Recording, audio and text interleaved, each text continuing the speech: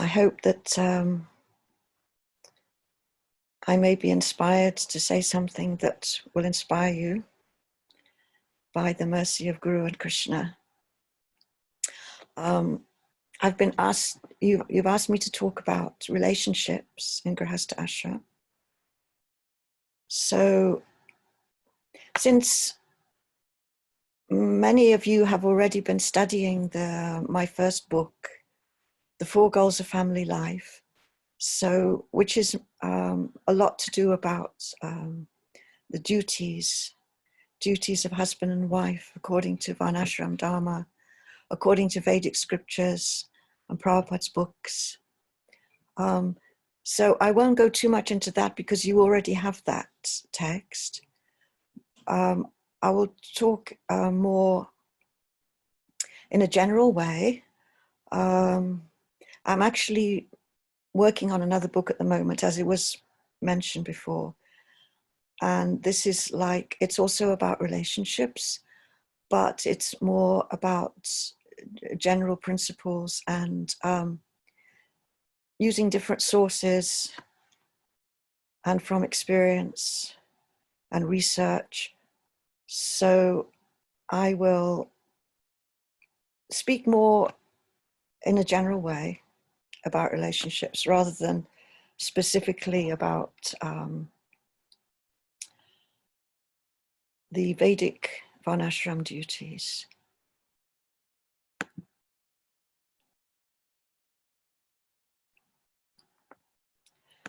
So it is by spiritual practices that we embrace the mode of goodness and spiritual knowledge. So we, you know, in this age in the modern age, there is a lot of problem in marriage. There's a lot of divorce. The divorce rate is very high, and in the West, and even becoming more so in India as well. So this is a big issue that we have to deal with. And as devotees, this is an issue for so many people, for non-devotees and devotees. But as devotees, we have tools to deal with it because we have knowledge.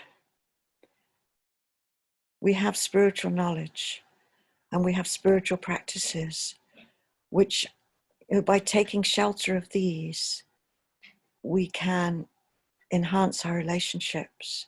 We can strengthen our relationships.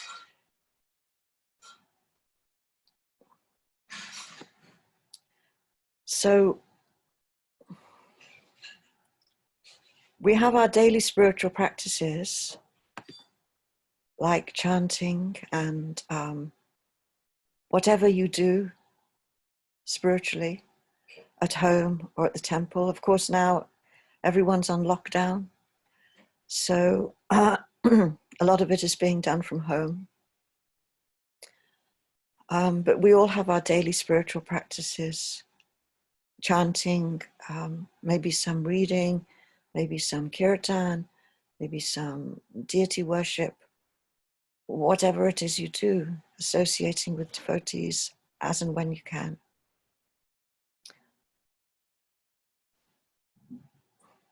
But it's also important to go deep into these practices,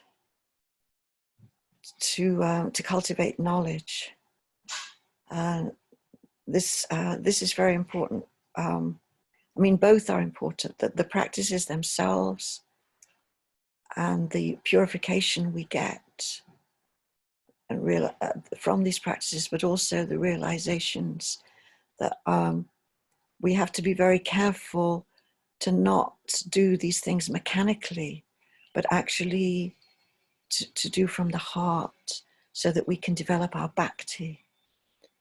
By developing bhakti for Krishna, we also improve our relationships with others, and especially with our family. Because the family, the spouse and the family members are, we're not just brought together randomly. as devotees, we can understand that we are brought together by Krishna. Whatever happened, however we were introduced, whether it was arranged by the parents or whether it was spontaneous, or however it happened, it's ultimately, we need to remember that it's Krishna's arrangement, that Krishna has brought me together with this devotee for a reason. And marriage is a sacred. When we take the sacred vows of marriage and we accept our partner in our hearts, then that should never be broken. And I'm sure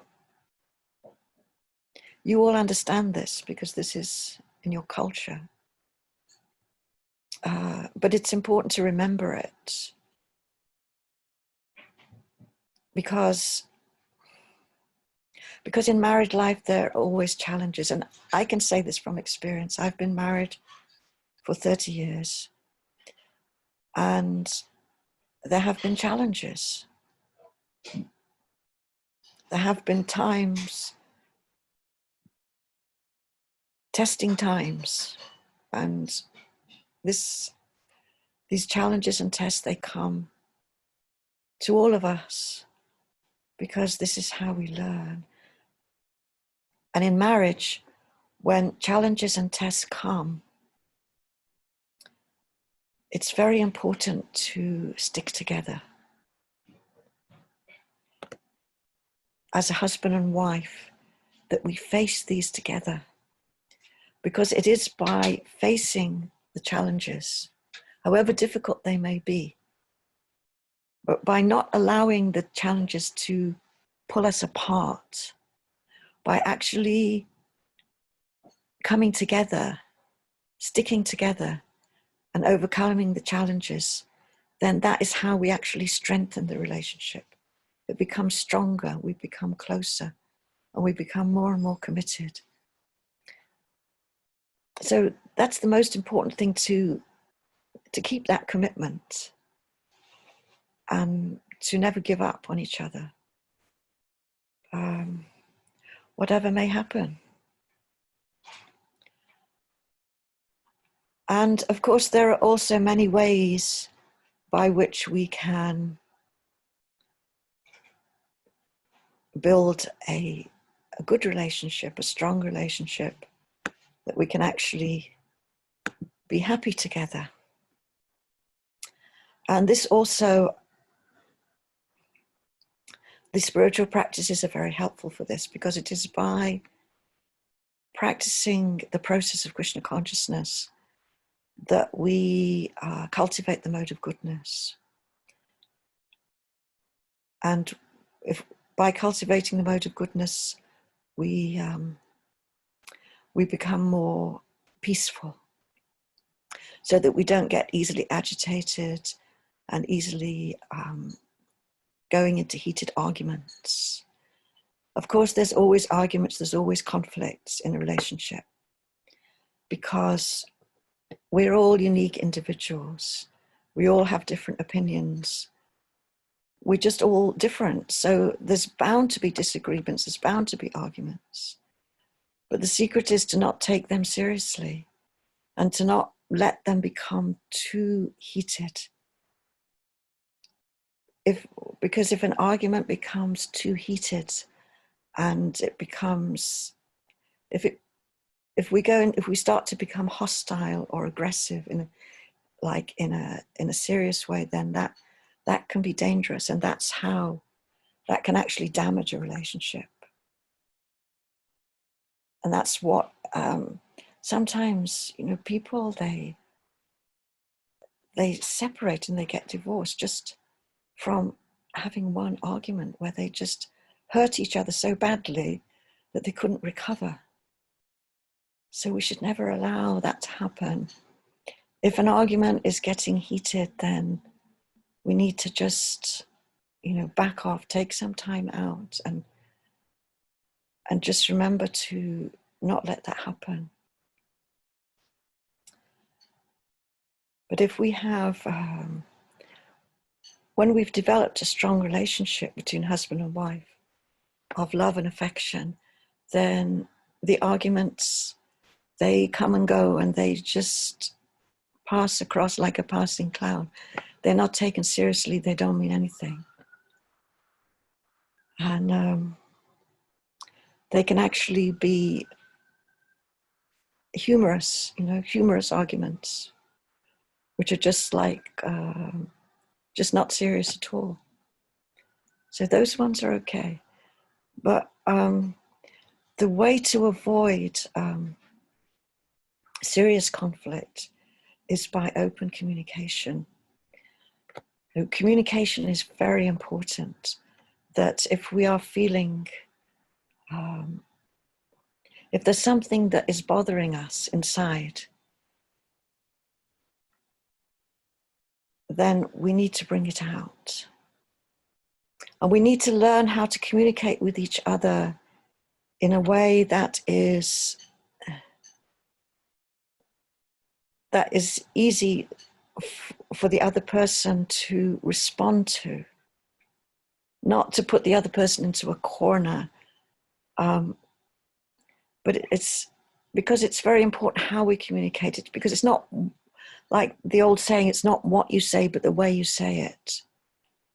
So like, for example, if you have a problem with your spouse, if something is bugging you about him or her, then say it in a nice way, say it in a gentle way, that the person doesn't get offended, that the person doesn't react and get angry, and then it causes misunderstanding. So humility is very important as well. Humility is so important. And this is something that as devotees we are meant to be cultivating. This is something that, so humility is very important in Krishna consciousness, in chanting, in associating with devotees. And it's very important in our marriage. Because after all, what is marriage? But it's also associating with a devotee. If you're married to a devotee, it's the same principles apply. And even if you're married to a non-devotee, the same principles apply as well, in the sense that these qualities like humility are very, very important to protect relationships and to protect marriage. So we can cultivate humility by our chanting. There we have that tool.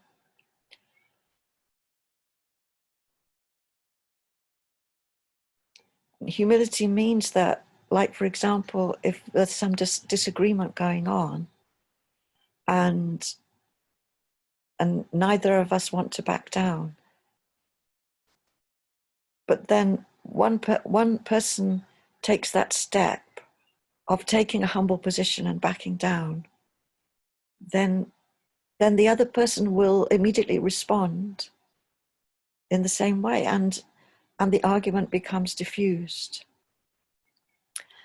And actually, by taking the humble position, we don't become weak, but we become stronger, because it's the noble thing to do.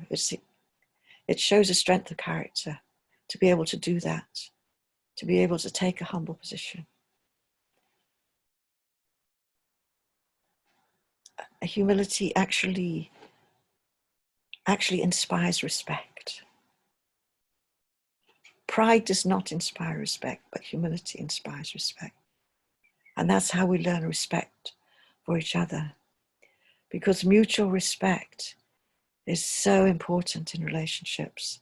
It is really, really fundamental to maintain that mutual respect.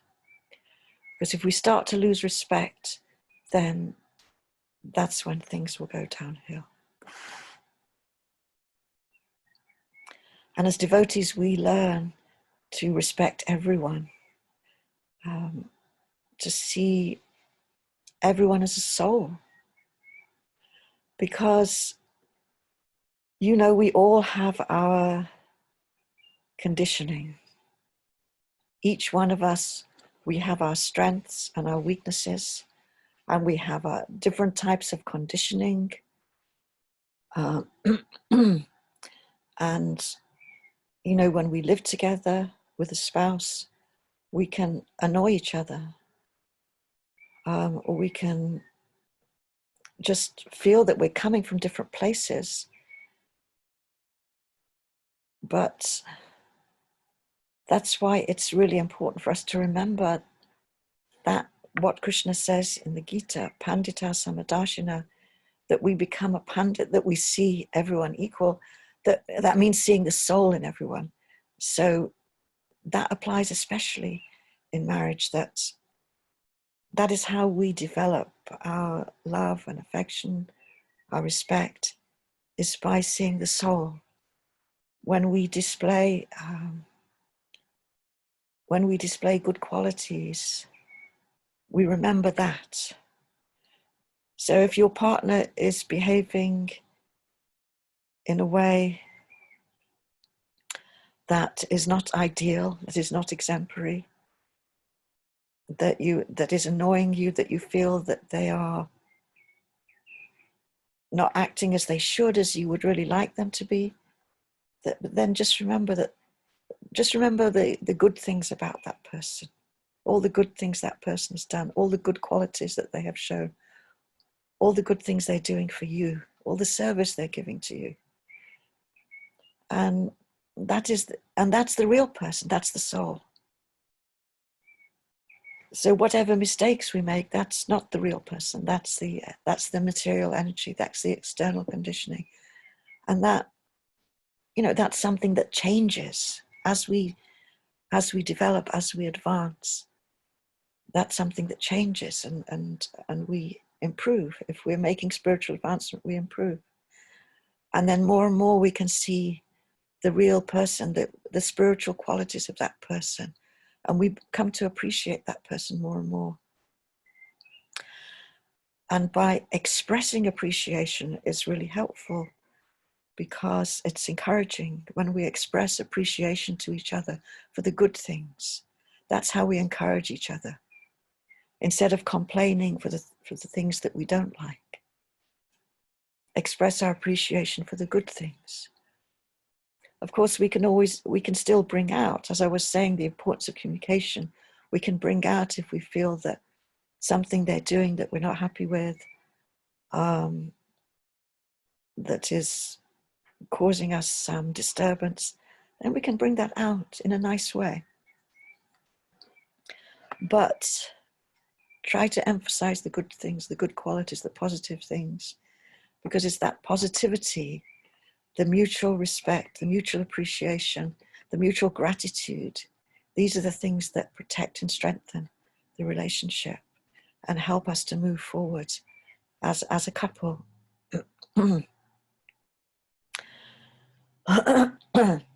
And I mean, there are also the differences between male and female psychology that we need to navigate. And these are a challenge in every marriage, until we learn what the differences are. And because a lot of misunderstandings can come about if a woman expects her husband to think like her, or if a man expects his wife to think like him, that's when misunderstandings come around. So we have to learn to respect and see and acknowledge those gender differences, and so that we can get used to each other's ways of thinking. Like, I'll give you an example. Like, for example, if the wife has something, some problems that she wants to talk about, but then the husband, he's not listening, that can be quite distressing for a woman. But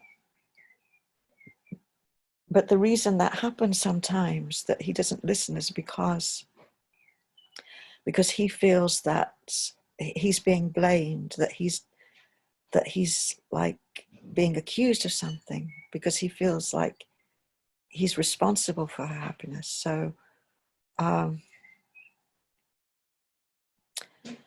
so ladies, if you do want to bring out something to your husband and you feel he's not listening to you or misunderstanding, then just explain to him that it's not his fault, that you're not making him responsible. Make it clear to him that it's not his fault, and then he may be happy to listen.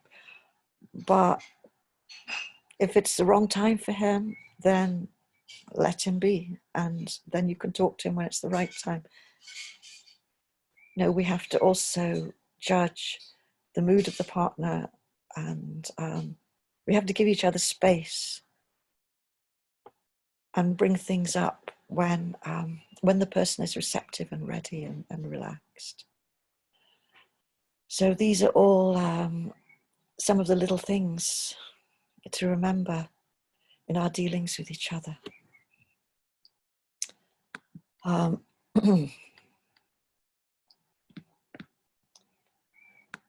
So by seeing each other as servants of Krishna,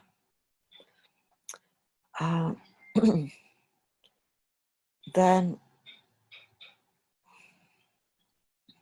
there shouldn't be any separation between our service to Krishna and our service to the family, in the sense that the service to the family, if we see them all as servants of Krishna, it's also service to Krishna, because Krishna says that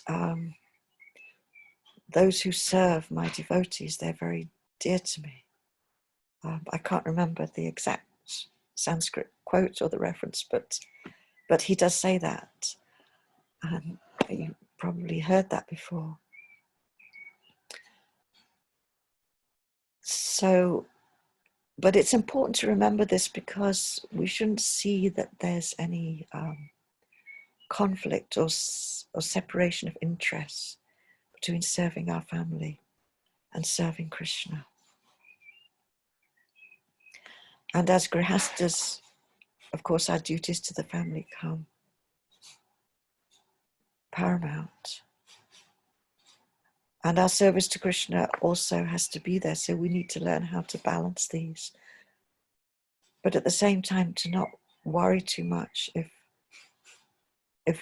we feel that our family duties are getting in the way of some devotional service that we would like to do for the temple, for the community, then we shouldn't worry about that, but just do what we have to do, because taking care of the family is also devotional service. And the family should not be neglected. And the husband and wife shouldn't neglect each other. Sometimes we get so busy with service that we neglect each other, and then misunderstandings can arise. So we have to always give some quality time. We have to balance our work, our service, our busy lives, but always try to give a little time to each other and make sure that everything is good, and always be ready to listen to each other and support each other, because it's not easy. And if our if our spiritual life is putting pressure on us, in the sense that because we have all the same duties that the non-devotees have, but then we also have our spiritual life, our rounds to chant and our devotional service. So it can be difficult to juggle all these things. It can put pressure on relationships. So we have to be very, very careful to get our priorities right. And to not fall into becoming stressed, because Krishna consciousness is about consciousness. It's not just about external activities. It's about the consciousness that we're developing. And it's about relationships. Family life is about relationships with the family. Krishna consciousness is about our relationship with Krishna. So it's both about relationships. And it's about conscious relationships. So we need to protect all these relationships and not allow any misunderstandings to build up, and to not fall prey to stress, but to always take shelter of Krishna, to do deep chanting, deepen our chanting, deepen our spiritual practices, so that, and to pray. And praying is very, very important in spiritual life and in family life. Pray to Krishna to guide us, to protect our relationships, so that we can move forward together and advance together in Krishna consciousness.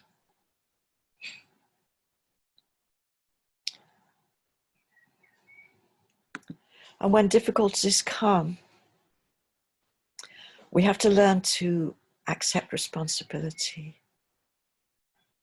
rather than blaming the partner.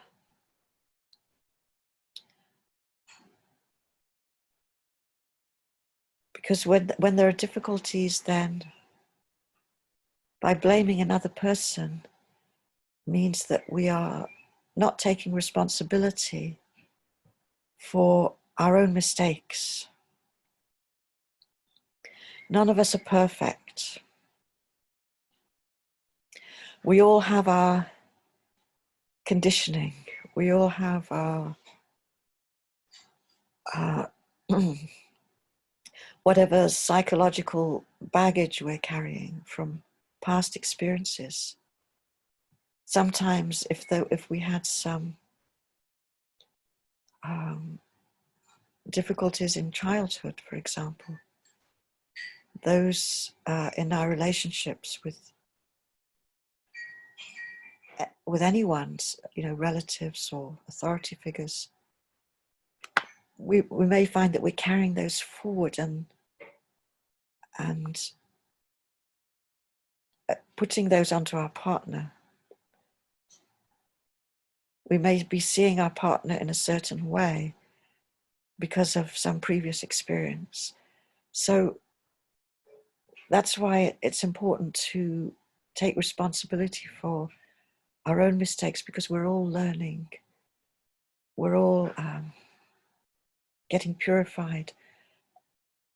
And we all have our material conditioning, our own particular type of conditioning, our own obstacles that we have to face, and challenges that we have to face from the past and from the present. So it's really essential that that each of us takes responsibility, because if we start blaming each other, then we don't go anywhere. We just hit a brick wall. And, then things become blocked. So if we're having some difficulties in our relationship, we need to look into our own hearts and see, what am I doing wrong? Is there something that I could be doing better? Because we cannot change each other. We cannot change another person. We can only change ourselves. So if we're going to try to change our partner, it's not going to happen. We're just going to get frustrated. But if we try to change ourselves and become better persons ourselves, then that can also rub off on the partner. Because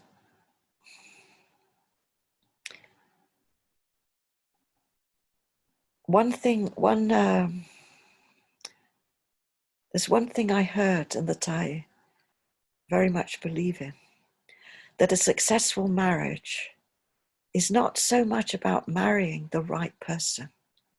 It's about being the right person. So we have to take responsibility for what we're bringing into that relationship. Because no one is the right person. No one is the ideal person. You can't write a list of all the things that you would like to see in a partner, hold them up and expect this person is just going to appear, fall from the sky, and they're gonna, you can't go in with expectations that he should be like this or she should be like this and like that, because expectations are not helpful. Of course, we try to marry someone who we can like, we can respect, we feel we have a lot in common with. But ultimately, everyone is different and no one is going to live up to your high expectations. So we need to learn to accept each other as we are, with our strengths, our weaknesses, with our faults and our idiosyncrasies. Just accept each other and try to work on ourselves.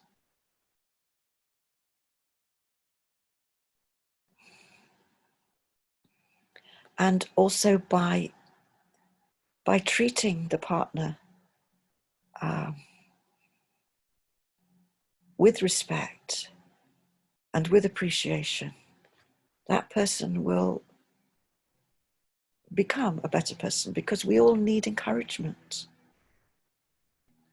We all need to be encouraged. We all need to be supported.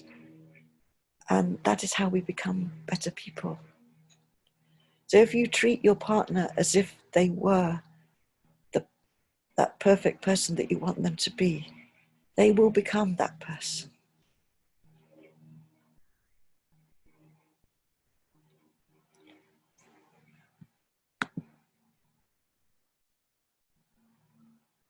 And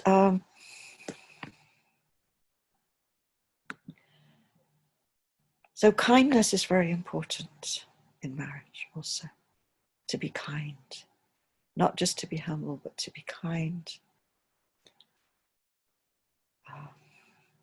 This is really essential. If you have a partner who is kind to you and you are kind to them, then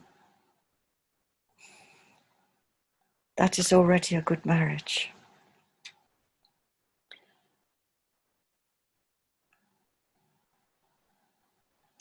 And what is also important is patience and tolerance. So Grihastha Ashram actually teaches us patience and tolerance, which are divine qualities.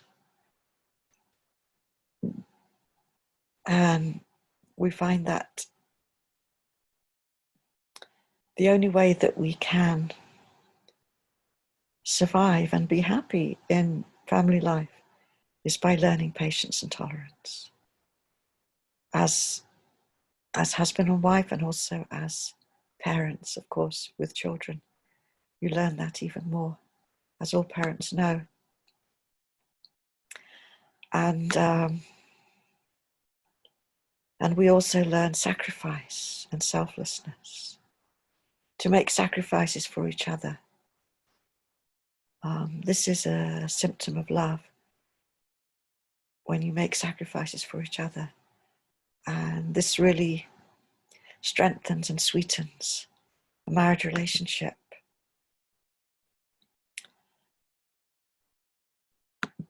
And another very important principle is forgiveness. Because none of us are perfect, because we all make mistakes. There's an old saying by a British poet, Alexander Pope.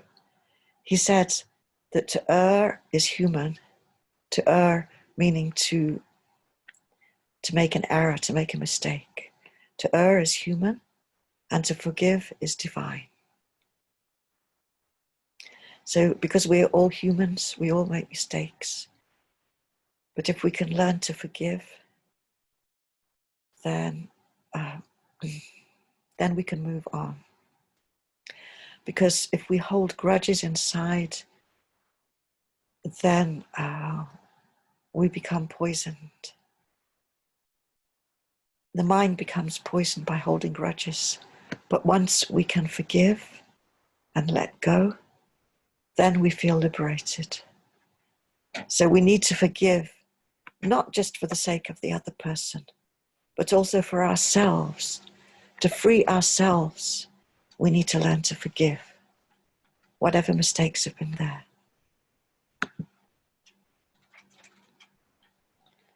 So by following all these principles, our relationships are protected.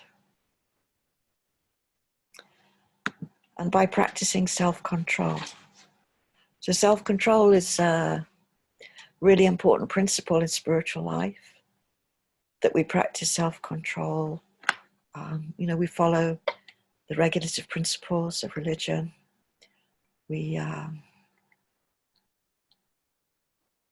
try to learn to control the senses. So this quality, this principle of self-control is also very important in married life, because this is what helps us to not allow arguments to spiral out of control, and to be always balanced and peaceful in our dealings with our partners, with our families, with our children. So I think I'll stop here and take some questions. Thank you so much, Mataji, for this wonderful class. It was really wonderful, that relationship in our graceful life. And thank you so much for putting the importance on humility. So we're really grateful.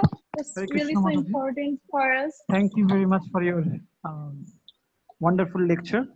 And so I'm inviting some questions from the participants. So first of all, actually, I'd like to ask a question from my behalf. That is, Prabhupada gave a Vedic culture at that time. So there's a cultural difference. So how did you, Prabhupada's disciple, how did they accept this cultural difference? So so could you please explain about it? What do you mean by cultural difference? Sorry, can you explain what you mean by cultural difference? Some example or something? Not quite sure.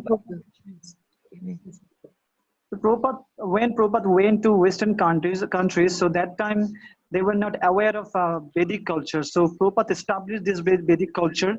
So how did you accept? How everybody accepted this Vedic culture? Because there is cultural difference. So it's not easy just to take one new culture. So how did they adopt this culture? So could you please explain? Yes. Okay, yes, I see what you're saying. Well, when Prabhupada came to the West, he did not first give Vedic culture. What he gave really was the essence of Krishna consciousness. I'm talking about in the beginning. What he gave was, first of all, the Hare Krishna mantra. And he gave spiritual knowledge. And that is the thing that we were all hankering for, those of us who became his followers. We were searching for spiritual knowledge. We were brought up, most of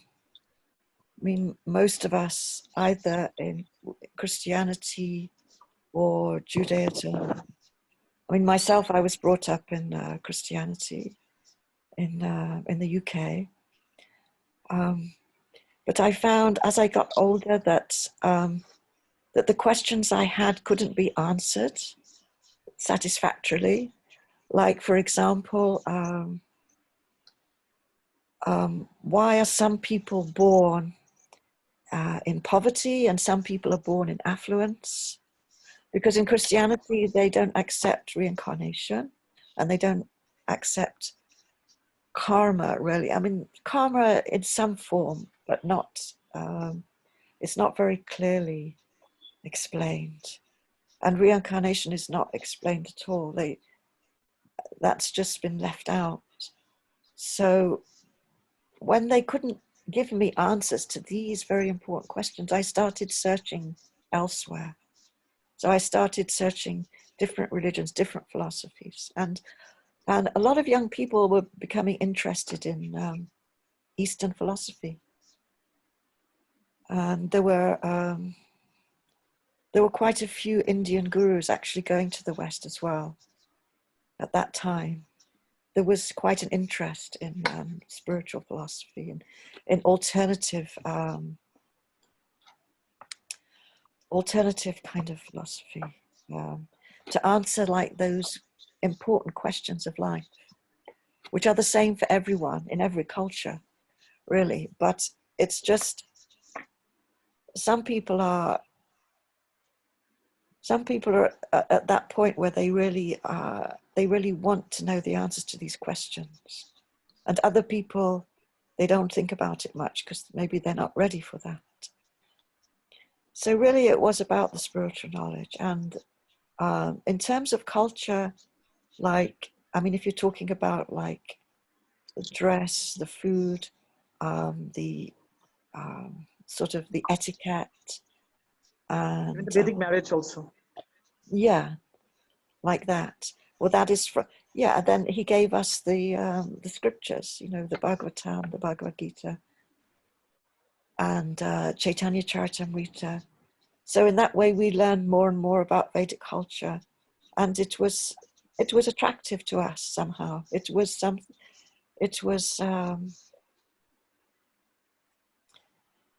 something different and something attractive, and something that was there within us, because I think that, you know, when you talk about the Aryan civilization, the Indo-European civilization, it's kind of like coming back to our roots there, because ultimately we're all related to each other, and that Vedic culture is like the oldest culture, you know, and like Sanskrit, it's the mother of all the languages.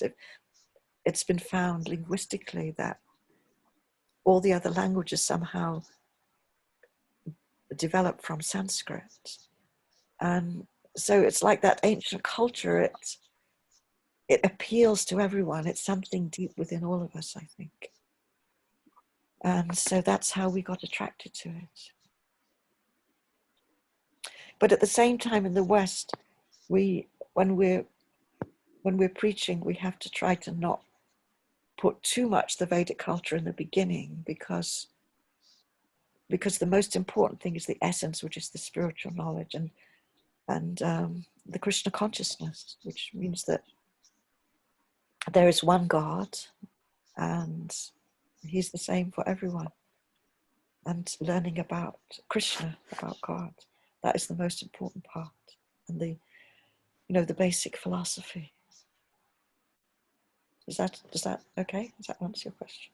Yes, thank you very much.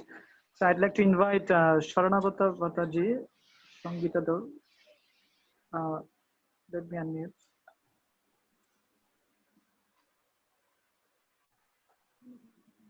Mataji, Sharanagata Mataji, could you please unmute yourself and ask your question? Hare Krishna, Mataji. Yes. Okay, so here's a question, Mataji, from Radhika Dotto. So he said, he asked, my question is, if spouse role affects one sadhana, how to balance then?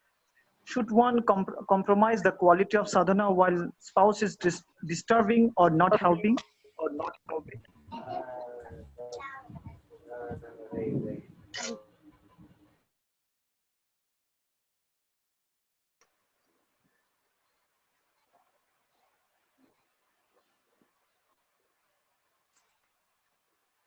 Could you repeat the question again? Sorry. It was not really clear. Oh, you've become muted now. Hare Krishna, Oh, sorry. Mataji. Sorry. If a spouse role affects one's sadhana, how to balance then? Should one compromise the quality of sadhana while spouse is disturbing or not helping?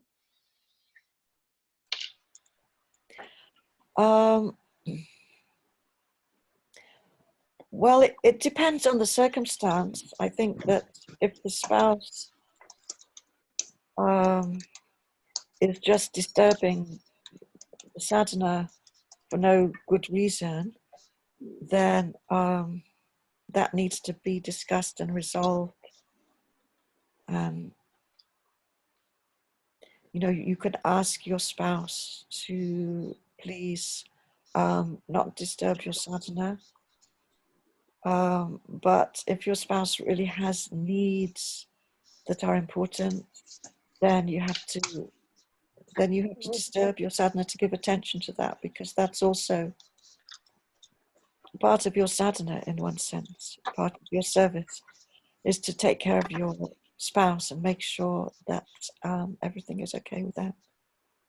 So it's just a question of you know, negotiating that and coming to some agreement. Does that make sense? That's wonderful questions, Mataji. Thank you so much. So we would like to request one Mataji here. She raised her hand. She wants to ask the question directly. Sangita Bhar Mataji, are you there? Hi, Guru. Yes, Mataji, Yeah, I'm you go ahead. You can ask your question. here. Hare Krishna, Mataji. Pranam. Hare Krishna. How are you, Mataji? Good, thanks. I can see you. Okay. Mataji, I have a question. What if in a family, wife or husband, one person between two is being very humble, polite, and very humble, polite, and very soft in nature, but other one is not counting it at all and not grateful, and he or she, the other one, is not at all understanding that his or her partner is very polite, very caring. In this condition, what should the sufferer do? Okay, yes, I understand your question. I think that, as I was mentioning before, that mutual respect is very important. So, like for example, if one of the two is being very humble and respectful and polite, and the other one is not reciprocating in the same way and maybe taking advantage of that or disrespecting, then that's not good. So then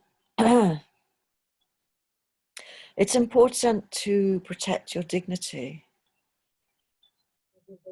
So to actually protect your own self-respect also. And so, Mataji, if it happens for a long time, like it happens for the last long 5-4 years, and one is suffering and one is very caring, but the other one is not, then what should be the solution? It's not for the 1 or 2 days. It's not for temporary cases, or it's not that it happens sometimes. If it continues for a very long time, that one is suffering and the other one is very arrogant and very short-tempered, the other is basically its wife who is actually suffering this, and the husband is very, the husband is not at all understandable, or he is not understanding that she is caring, or she is actually tolerating, or she is actually accepting, she is compromising, and she is trying to cope with him, but the husband is not at all is not ready, or maybe he does not know how to be cooperative with his wife. Then in this case, what the wife should do? She has to talk to him. That's why I was saying before that open communication is really essential. And so she has to express her feelings, obviously in a humble way. When we are communicating that we want to bring up some issue, it's important to be humble and kind and try to understand. Because obviously they're not really understanding each other, and they're not really connecting deeply. So it's important to talk about this and try to express the feelings, you know. She should express her feelings and say, you know, when you treat me like this, it makes me feel like this. I don't feel good. And to just, you know, really express those feelings so that he can understand what is going on. And that would be the first step. And, you know, if it's something that's been going on for years, then it probably can't be just solved by one conversation. But that conversation has to start somewhere, and that has to be addressed. And there must be, from both sides, some misunderstandings about expectations and things like that. So, you know, both sides, they have to actually express themselves and try to come to some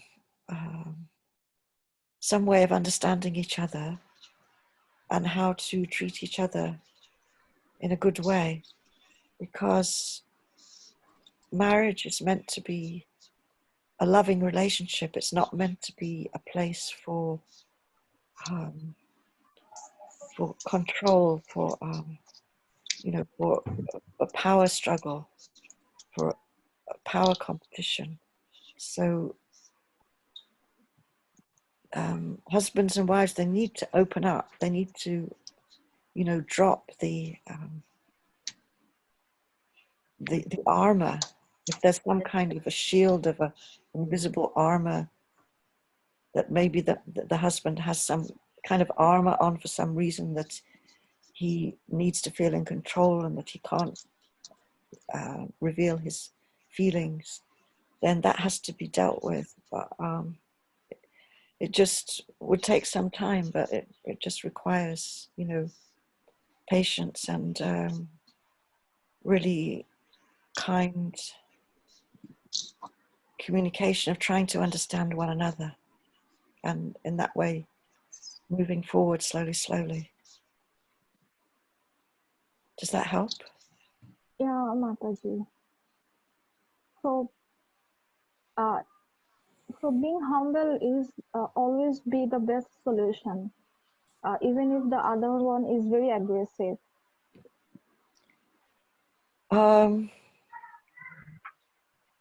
If the other one is very aggressive, then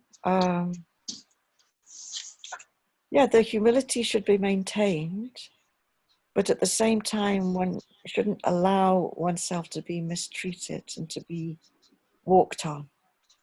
You have to, at the same time, maintain self-respect. Humility doesn't mean no self-respect. There should still be self-respect and dignity there, if that makes sense. Mataji, at the same time, being humble and uh, to protect oneself to being mistreated, Mataji, how can it work together? How can it work together? Being humble and at the same time to not to let someone to mistreat you. Well, you can also speak up for yourself. Being humble doesn't mean you can't speak up, but you speak up in a humble way. I mean, in the sense of not in an aggressive way. Try not to be also aggressive. Try to be nice, but at the same time, speak up for yourself and share your feelings. Yeah? That makes sense? Yeah, Mataji, thank you so much. Actually, I was confused through years about one issue, that being humble and at the same time just not to let someone to misbehave with you, how it works. But it just cleared my confusion that being humble doesn't mean that to keep mum. Right. So we can talk, we can definitely communicate, but with be very humble, not to get emotional or agitated. Yes, as far as possible, yes. Thank you so much, Mataji. Thank you so much. Okay. Welcome. Thank you so much for your question, Sangeeta Mataji. So we're going back to our questions from our chat box.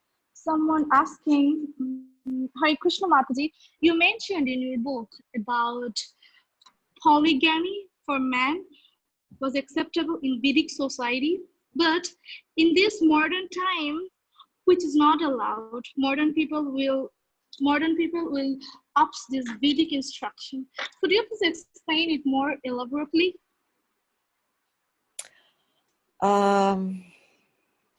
Yes, polygamy is something that has been practiced throughout history in many societies. Nowadays, it's not practiced so much, although in some countries, in some parts of the world, it's still practiced. But in other countries, it's not. So, you know, we have to follow the laws of the country. And also, monogamy is very nice because it makes life more simple. One husband, one wife. And if they can manage to be faithful and if the husband can be satisfied with one wife and keep his life simple, this is very nice.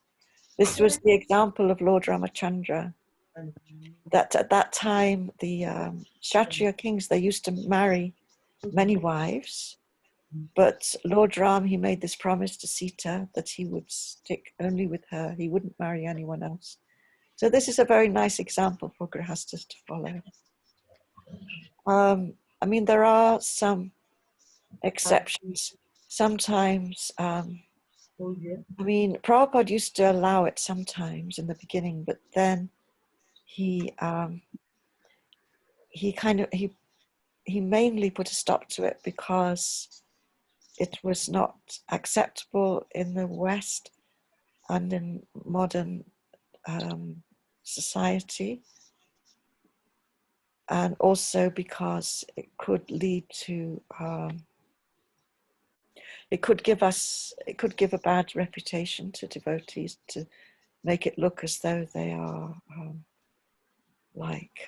degraded or something. But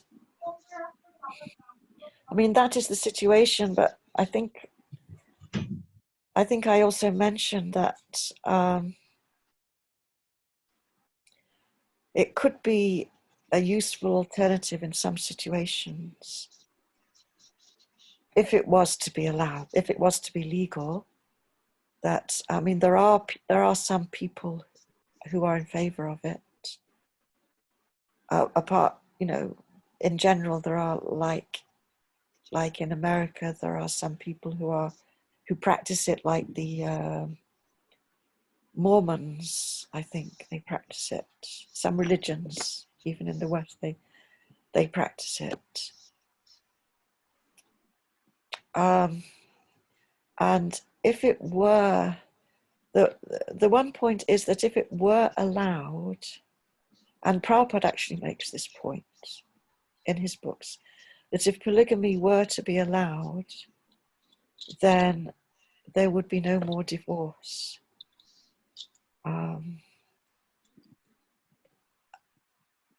that it would actually solve the problems of divorce and adultery.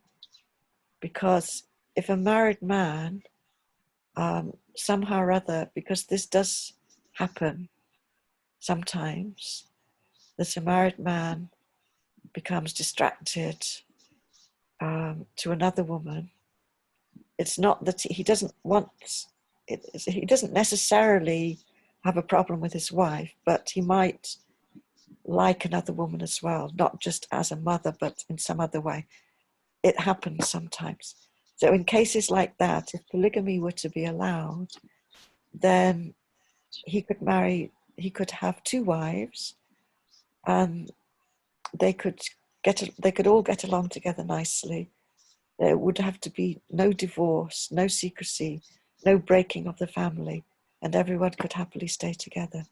So in that sense, Prabhupada mentioned it, that it can be a good thing as a safety net in some situations. But I'm not advocating it because it's probably not legal, and because it's a controversial thing even in ISKCON, so I don't want to advocate it. But I just mentioned, because Prabhupada had said that in some cases it could be a good thing, because it could prevent adultery, and it could prevent divorce, and it could prevent families from breaking up. But that's just a theoretical point. And you can make of it whatever you like. Is that okay? That's wonderful answer, Mataji, for that question. It's nice solution. So we are going back to another question from our chat box. Someone was writing that while getting married, is astrology important to choose a life partner?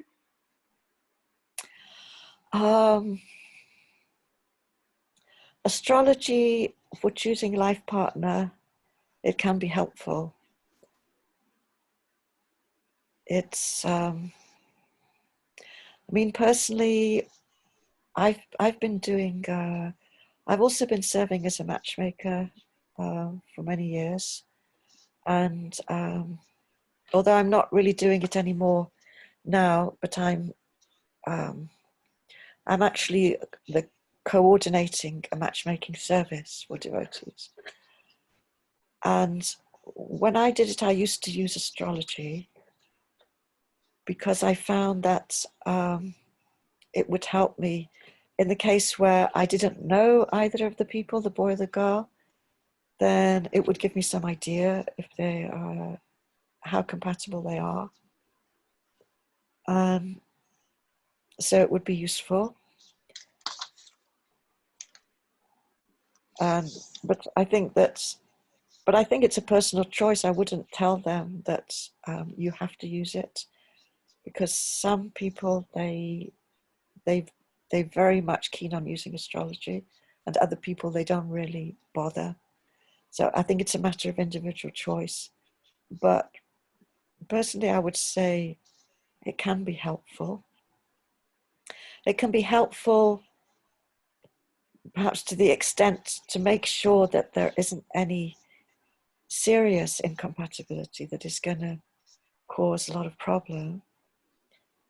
But it doesn't have to be to the extent where you're trying to find a perfect match, because there is no such thing as a perfect match. And compatibility is very relative.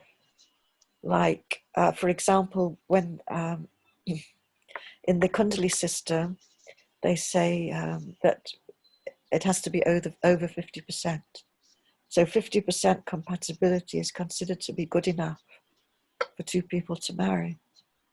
But then there are some people who want it to be much higher. But actually, the main point is that there's going to be incompatibility. There's going to be so much incompatibility because we're all different. And even if you find someone with a really high compatibility, there's so many other ways that you could be different, like in terms of because the astrology is just from birth, it's like a birth chart. But then after birth, there's all the social conditioning, the karma, the background, and all the other parental influences, all the other different influences that shape a person that can also create misunderstandings. So I would say that most important thing is that whether the compatibility is middling or high or even a little bit low, there's always going to be challenges in marriage, and that's part of the process, the work, because we have to put work into it, and that's how we learn and that's how we move forward. So maybe a higher compatibility could mean it'll be a little bit easier, and lower compatibility could mean a little more work. But ultimately, every relationship is going to require work, and we cannot really predict which way it's going to go. So, use compatibility, but don't just base everything on that. That's all I'm saying. Thank you so much, Mataji. That's wonderful answer. In regards this question, actually, I have a question. I have a question about that. While looking at the compatibility, like there are some marks. If someone, maybe they have an Ashtaput tables, 8 things to look at.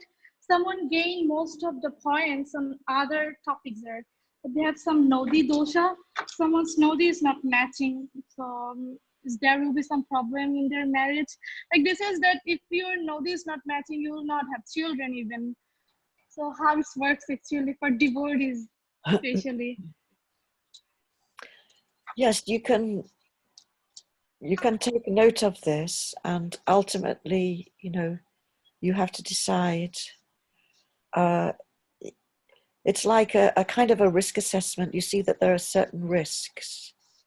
From the astrology, you may see that there are certain risks, that this might happen or that might happen, or there might be some problem in this area.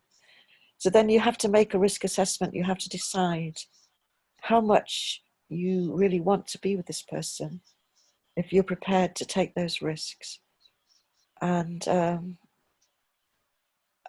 or not. You have to just balance it out in that way. If you're if you're not really feeling that it's worth those risks, then you leave it. But if you're really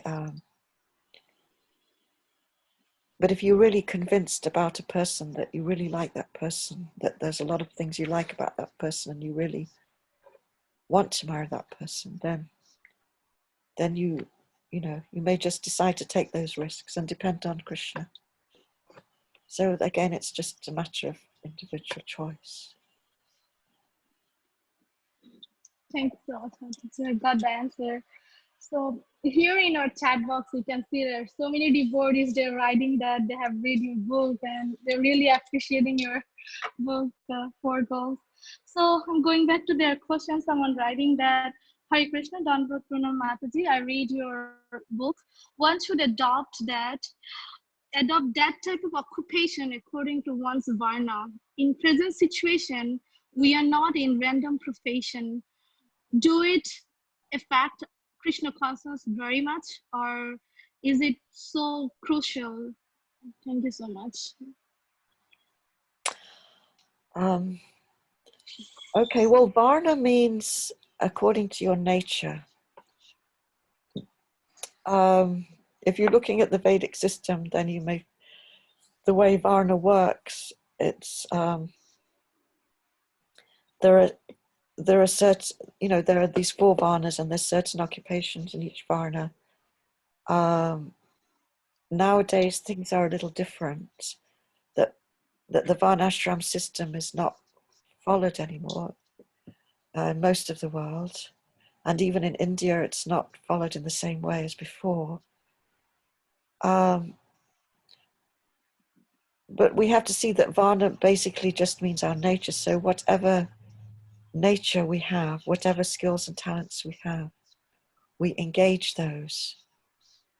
Because whatever skills and talents we have, and whatever things we like to do that we're good at, those are gifts from Krishna. And so we should try to use those and ultimately dedicate that to Krishna. So whatever it is, it's just like you could say job satisfaction. When you pick a job, when you take up a career, it's something that you're good at. So whatever it is, try to do something that you feel engaged, that you feel happy to do, not something that is against your nature, because then you won't really feel happy. And so the varna means to be engaged according to your nature, so that you feel happy and peaceful, and you can make spiritual advancements that way. Is that okay? Yeah, that's a wonderful answer, Mataji. That's really helpful. Mm, So we're going back to our another question from our chat box. Someone writing that, how can we develop love and compassion to the family members? Please give some practical ways or examples. How we can be, did you say patient? No, it says that how can we develop our love and compassion to the family members? Oh, To our family members. Compassion. love and compassion. Yeah, exactly.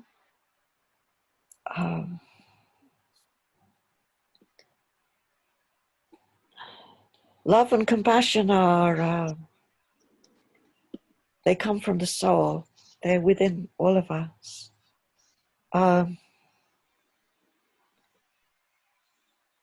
If we're not feeling them, then we need to just work on ourselves and go a little bit deeper with our spiritual practices. Like, for example, by chanting, by devotional service, we develop love for Krishna. And by developing love for Krishna, we also develop love for everyone, because everyone is part and parcel of Krishna. And we develop compassion to people who are distantiated from Krishna.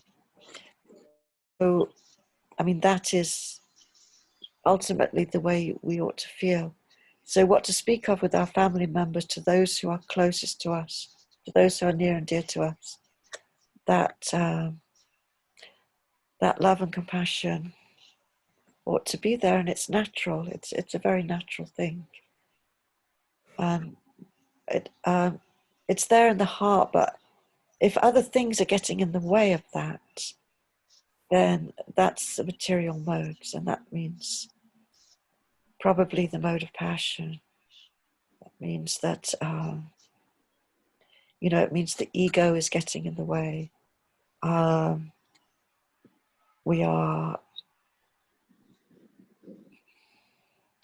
It means that we're not focusing on the spiritual connection, but we are distracted by differences. So we need to learn to overcome those differences, to see others in relation to Krishna, to see others to see the soul in everyone, and especially in our family members, and so that we can bring out that natural love and compassion towards them. Is that okay? Yeah, that's a wonderful answer. Yeah, we need to cultivate our love and compassion to our family members. So here we have another question. Someone writing that, for women to remain brahmacharini is allowed?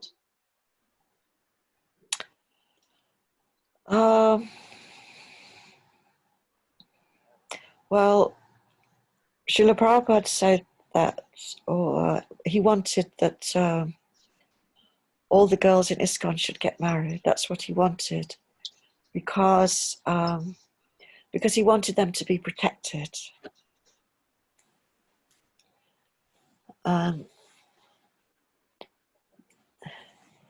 And because also it's a natural that there are natural desires generally in women, that we want to have a husband, that we want to have a family, that we want to have a house, we want to have children. And so this is natural for most women. And if this can be done in Krishna consciousness, that we can fulfill our natural desires, sort of, you could say biological desires, but at the same time we can also fulfill our spiritual desires to practice spiritual life, to practice bhakti yoga, then that's a grihastha ashram. Now, if someone wants to remain a brahmacharini for whatever reason, it's a free world. So Krishna gives us free will to do what we want. But you have to be sure that you can do that, and at the same time you can have everything that you need for your spiritual life and for your material life. So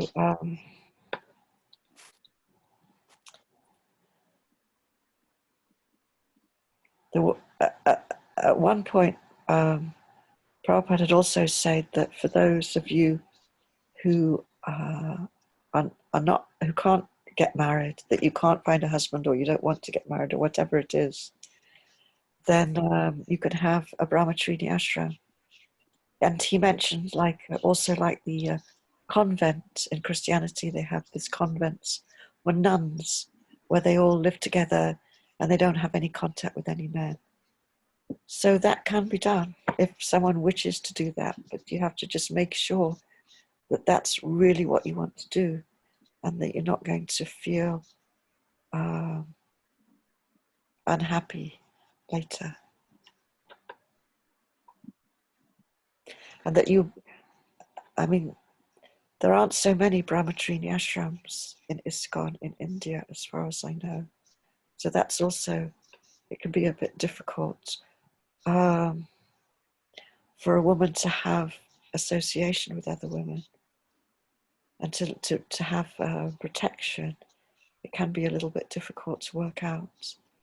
There are some brahmacharini ashrams in the West, in ISKCON. There are a few.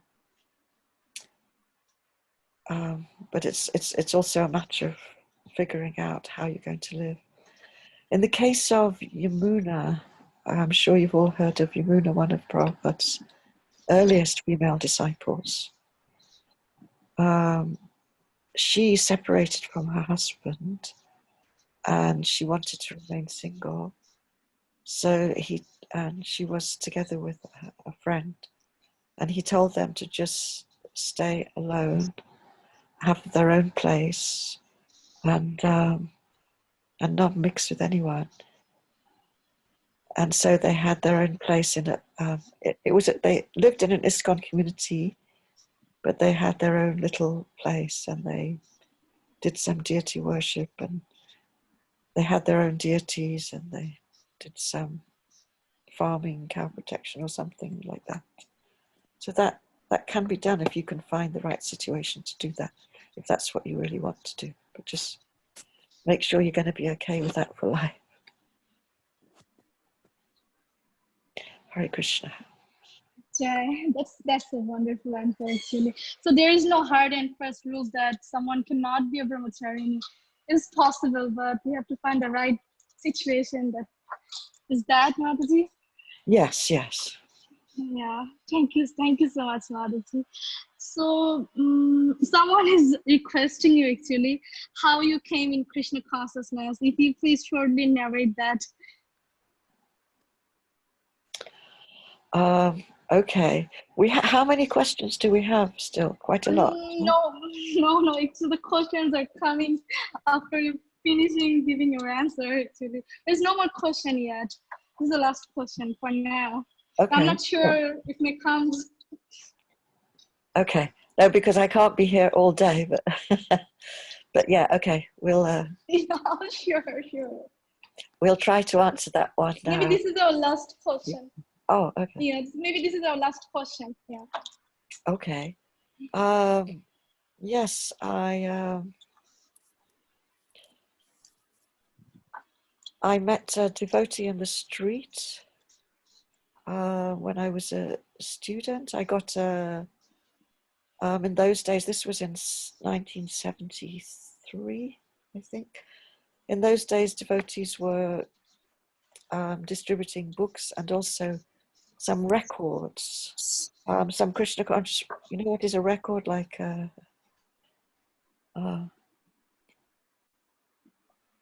it's like. Do you know what a record is? In those days, before we had CDs and MP3 players and things, Yeah. it was like a They disc. record the player. They did some record players and this. Yeah. So they were distributing those, and so I got one of those. I bought it on the street, and it had bhajans on it, and it had the Hare Krishna mantra on it. So I started listening to that, and then 1 year later, I met another devotee on the street in another town, and I got a Krishna book, and I started reading the Krishna book, which I found it was a little bit hard to understand, but at the same time very attractive and intriguing. And then anyway, there was just a different series of different events. Then I met someone, a fellow student at university, who used to go to the temple and used to tell me about the temple and about the chanting and things like that.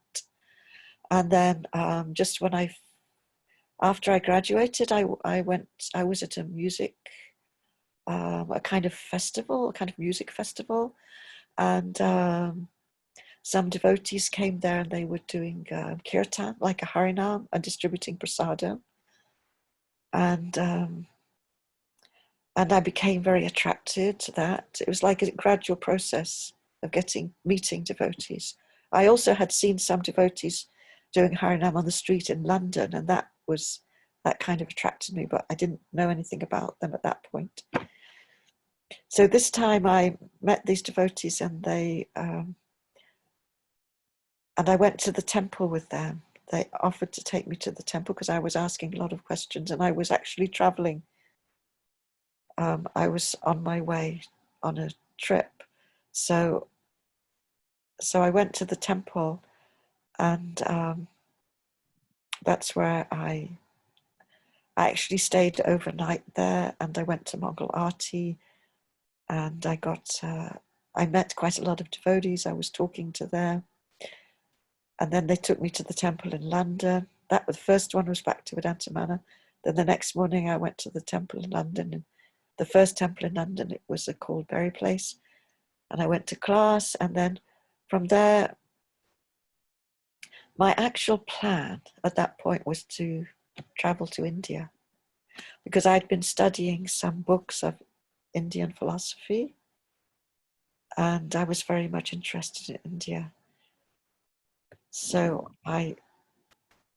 first of all, I traveled from there. I actually traveled to India, but on the way, I visited a temple in Italy, and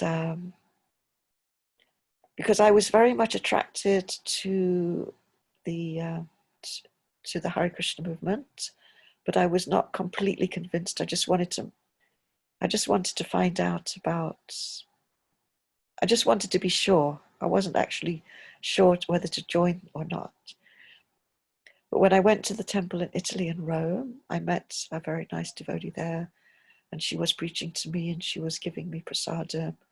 And it was at that point that I became convinced. And this was it was just a few months after I graduated. But I still wanted to go to India. And my plan was to go and visit a few different places in India. I still wanted to visit a few places and then join the temple. But somehow the Krishna had a plan for me, that when I arrived in Delhi, then the devotees told me that Prabhupada was in Vrindavan. And so I said, okay, this is my chance to meet this person who everyone's been telling me about. Let me go. So I went to Vrindavan, and I was so attracted by Vrindavan that I just stayed there, and I abandoned my plans to travel around India. And I stayed in Vrindavan. I joined the ashram and became a devotee. And that's where I met Prabhupada. And I got initiated there a few months later in Vrindavan. And the rest is history.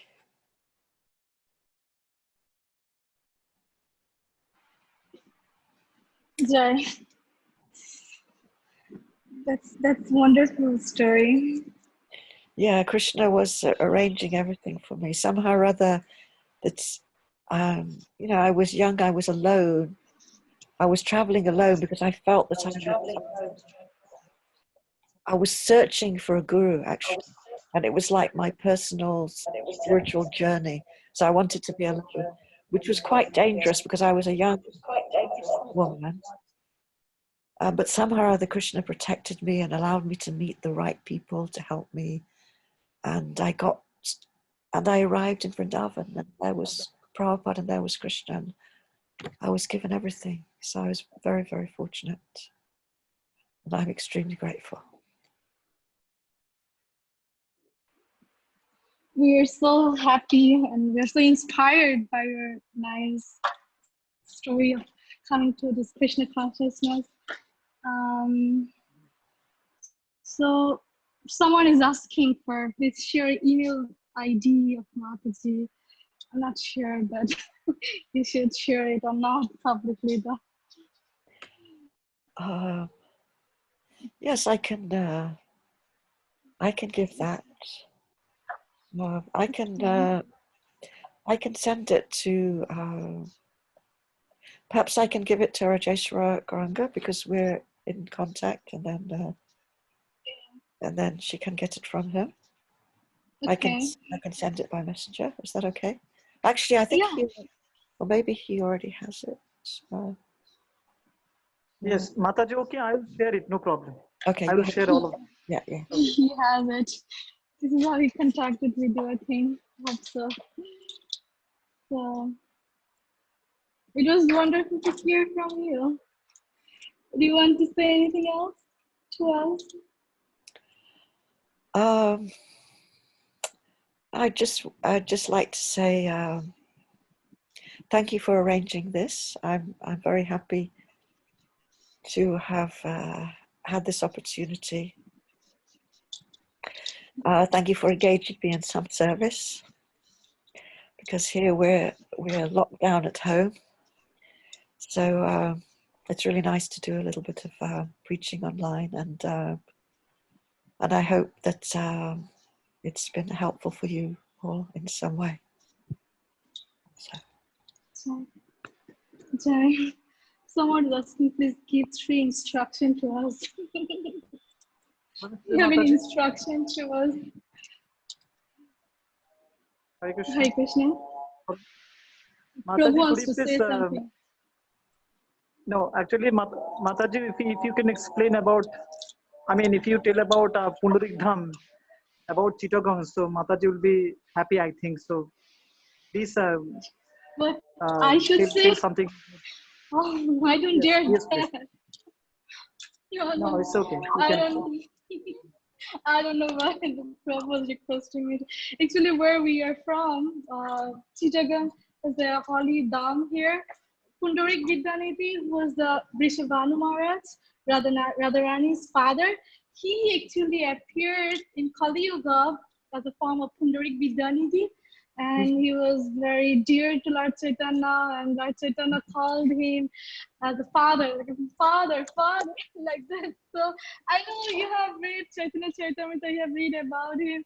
So he just wanted to share that we're from this Holy Dham, this place, so places, so that we can engage to this service more. So, That's wonderful. Yes, Pundarik Vidyanidhi was Very, We very want fun. you someday here. We want you someday here. Maybe you might come and visit this wonderful place. We can have your physical association, not in online only. Yes, that would be very nice.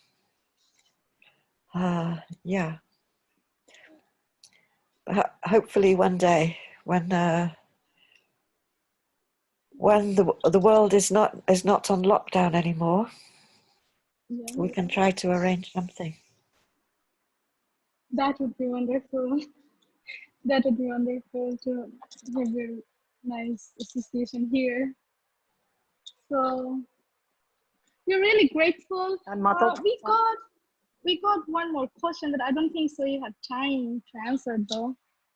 If you allow, I don't know when Martha just writing a question. I don't know how long you can be here.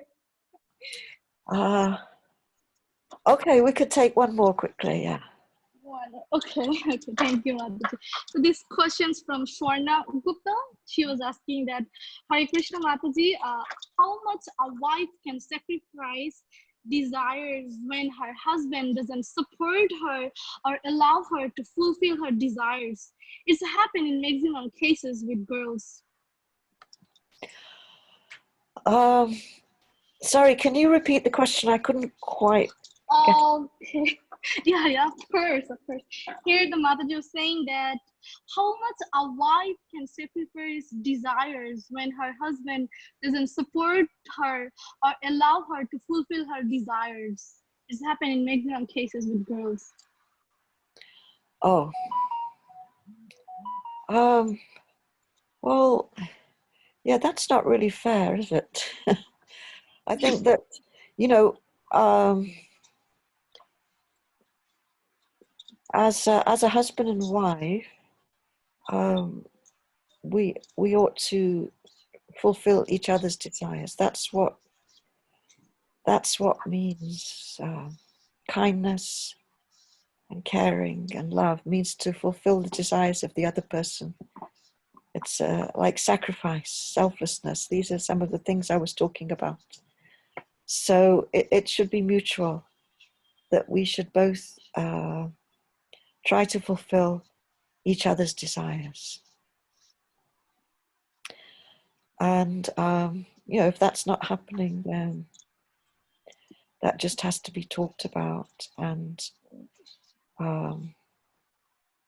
she can say that, you know, I am trying to fulfill your desires, and I also have some desire to fulfill, so please can you fulfill my desire.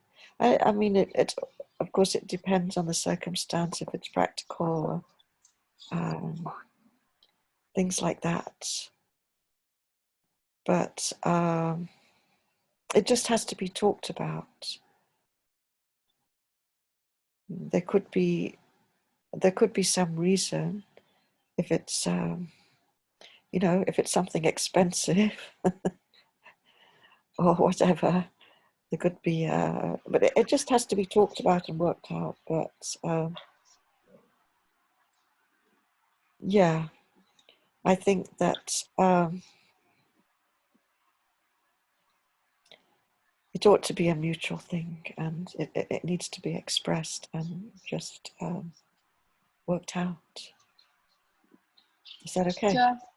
Yeah, it's a wonderful answer. That what I have learned, that they have to talk about each other's problem among them so that they can find a solution. Yes, indeed. If a husband can afford, husband has to share that. Husband can afford to desire that, wife's desire, whatever that is. Yeah, as far as possible, then these desires should be fulfilled. At the same time, you know, for each other, we should try to fulfill the desires. And for ourselves, we should try to check our desires, not in the sense of, but we should try to not increase too much our desires, but try to be as simple as possible and not too demanding. So, if that desire is for something that's that's reasonable, that's something that is really needed or something that is strongly desired, then it should be brought out. Sure. That's wonderful answer. We're really grateful. I have no words to express my gratitude to you, Mataji. Actually, we are here, a small group of participants, though we had a big arrangement actually. More than like 200 people were supposed to join, but it was cancelled. Maybe someday we can have you here. Maybe if you want to give your mercy to us, we can hear from you more often. This is what we wish. Yes, we can. Yeah, from time to time we could do that. Sure. We're thankful, really thankful to you. So I don't see any more questions here. I think they got all the solutions from your class. That is wonderful, actually.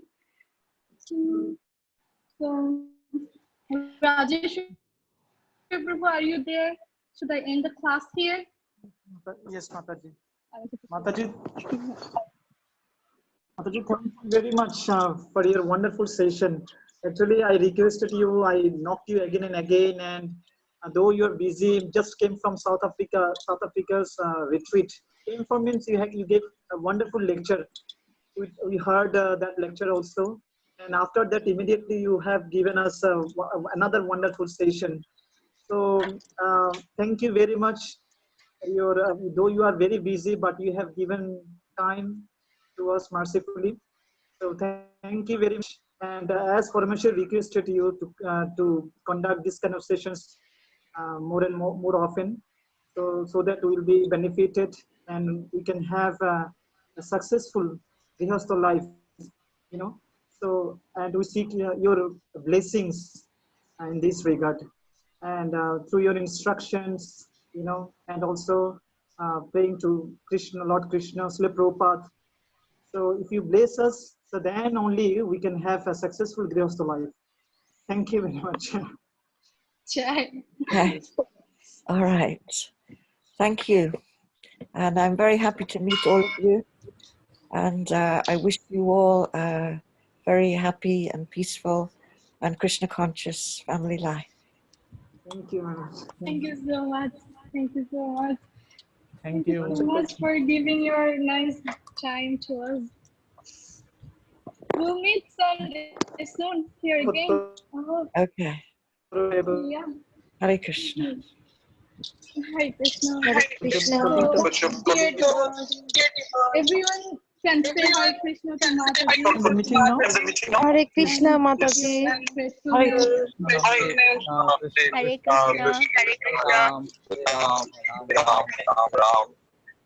Mataji ki jai.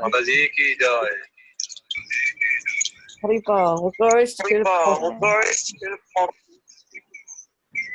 Hari Bol.